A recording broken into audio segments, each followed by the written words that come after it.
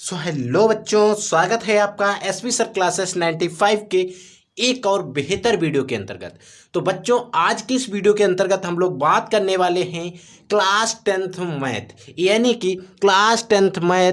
कि गणित। Class 10th math के बारे में आज की इस वीडियो के अंतर्गत हम लोग बात करेंगे। तो बच्चों, आज का ये वीडियो आपको दिख रहा होगा किस टॉपिक पर है। अगर आप सिर्फ 8 चैप्टर अगर मैथ में आप पढ़ लेते हो, मैथ में पास होना कोई हुआ नहीं है।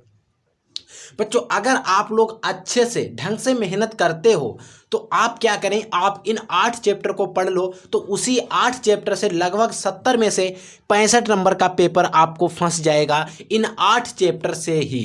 तो आपको इन सभी 8 चैप्टर को पढ़ लेना है, क्योंकि बच्चों आपका जो पेपर आता है क्लास 10th मैथ का वो आता है 70 नंबर का।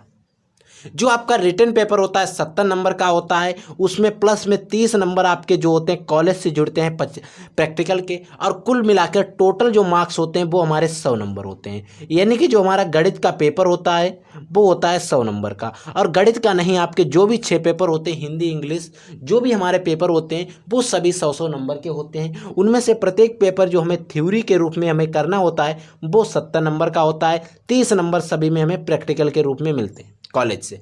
तो हमें सिर्फ 70 नंबर पे मेहनत करनी होती है। तो मैथ में मैं बताऊंगा आपको 70 नंबर में से आपको लगभग 65 नंबर कैसे लाना है, और अच्छे से मेहनत करके आप कैसे अच्छे से अच्छे बोर्ड एग्जाम में टॉप पर कर सकते हो। तो आइए हम वीडियो को शुरू करते हैं। आपको वीडियो शुरू से लेकर अंत तक एकदम ध्यान से देख लेना है, हर एक चैप्टर को समझ लेना है, किस चैप्टर के अंदर कौन से टॉपिक हमें अच्छे से पढ़ लेने हैं जिनसे हमें बोर्ड एग्जाम के अंदर अच्छा स्कोर करने से कोई रोक ना सके। जैसे कि अगर हम बात करते हैं द्विघात समीकरण, आपका एक चैप्टर है द्विघात समीकरण। बच्चों, द्विघात समीकरण जो हमारा चैप्टर है इसमें हमें कौन कौन से टॉपिक पढ़ने चाहिए।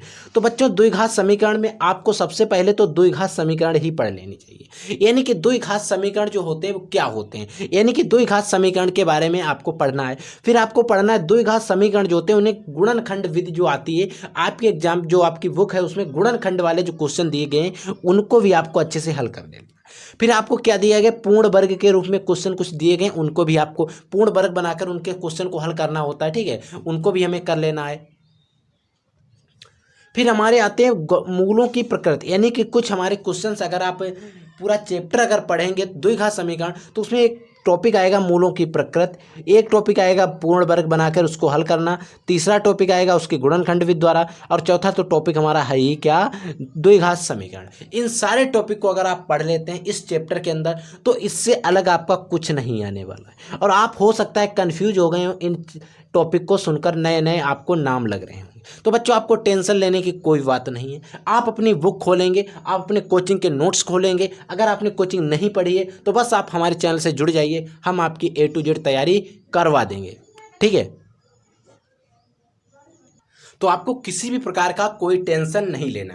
अगर आप कोई टॉपिक आपको कंफ्यूज कर रहे हैं तो आप अपनी किताब जो है उसका चैप्टर खोलिए द्विघात समीकरण, उसका पूरा चैप्टर आपको पढ़ लेना है। जो कुछ भी आपको पढ़ाया गया, नहीं पढ़ाया गया तो आप हमारे साथ जुड़े रहिए, हम आपको A to Z जानकारी देंगे और आपको एक एक टॉपिक अच्छे से पढ़ाएंगे बच्चों। ठीक है, नेक्स्ट हमारा चैप्टर आता है वो है चैप्टर नंबर 2। चैप्टर नंबर 2 क्या है बच्चों, निर्देशांक ज्यामिति। निर्देशांक ज्यामिति चैप्टर है, बहुत इंपॉर्टेंट चैप्टर है बोर्ड एग्जाम की दृष्टि से। अगर मैं इसमें बात करूं तो आपको एक दूरी वाला सूत्र होता है, एक विभाजन सूत्र होता है, एक त्रिभुज का क्षेत्रफल, 3 जो होते हैं हमारे क्वेश्चन आते हैं इस पूरे चैप्टर के अंदर। ठीक है, जैसे त्रिभुज का क्षेत्रफल, इन सभी जो टॉपिक को आपको एक एक करके पढ़ लेना है। इसमें 3 टॉपिक हैं और इन तीनों टॉपिक को आपको अच्छे से कवर कर लेना है। देखिए, त्रिभुज का क्षेत्रफल, इससे आपके बोर्ड एग्जाम में 1 से 2 क्वेश्चन 100% आएंगे बच्चों, 100% आएंगे। आप इससे आंख मीच कर भरोसा कर सकते हो। ठीक है बच्चों, नेक्स्ट हमारा टॉपिक देखिए क्या है। नेक्स्ट हमारा जो चैप्टर है वो आपको पढ़ लेना है त्रिकोणमिति का परिचय। आपको त्रिकोणमिति का परिचय जो चैप्टर है उसमें आपको A to Z जो भी हमारी इसकी जानकारी वो आपको पढ़ लेनी है। फिर आता है त्रिकोणमिति के अनुप्रयोग। इसमें हमें क्या पढ़ना है, त्रिकोणमिति के जो अनुप्रयोग होते हैं इसमें हमारे क्वेश्चन आते हैं ऊंचाई और दूरी वाले। ऊंचाई और दूरी के जो भी हमारे क्वेश्चन है सारे क्वेश्चन आपको पढ़ लेनी है। ठीक है, फिर आती है हमारी रचनाएं रेखाखंड का विभाजन। जो रेखाखंड होता है, रेखाखंड विभाजन वाली जो होती हैं उनको आपको अच्छे से पढ़ लेना है। फिर आता है व्रत, इसमें आपको व्रत की स्पर्श रेखाएं पढ़ लेनी है और एक बिंदु से एक व्रत पर स्पर्श रेखाओं की संख्या काउंट करने के लिए आती है, आपको ये भी पढ़ लेना है।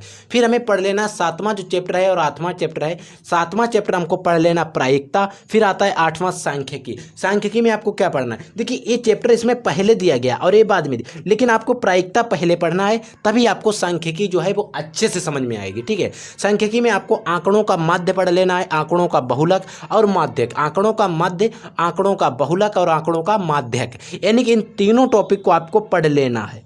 इन तीनों टॉपिक से क्वेश्चन आपके बोर्ड एग्जाम में 100% आएंगे और ना आए तो आप मेरा नाम बदल देना, आपके बोर्ड एग्जाम के अंदर 100% बच्चों आएंगे ही आएंगे।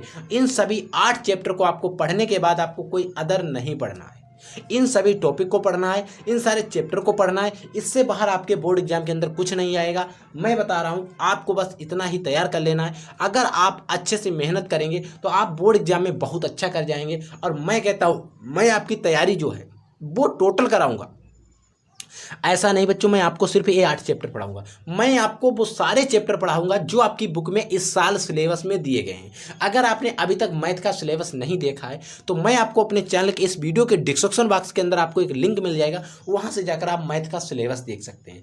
वहां पर आपको मैंने एक एक चीज़ समझाई, कौन सा सिलेबस है, क्या हमें पढ़ना है, वहां पर आप जाकर सिलेबस देख सकते हैं। मैं सिलेबस के अकॉर्डिंग आपको पूरा सिलेबस पढ़ाऊंगा और आपकी तैयारी बेहतर कराऊंगा, आपको रिवीजन कराऊंगा। बोर्ड एग्जाम आते आते मैं आपकी तैयारी एकदम धल्लास छक्कास करा दूंगा बच्चों। बस आपको पढ़ते रहना है, आगे बढ़ते रहना है। तो I will take in next class. तब तक के लिए जय हिंद, वंदे मातरम।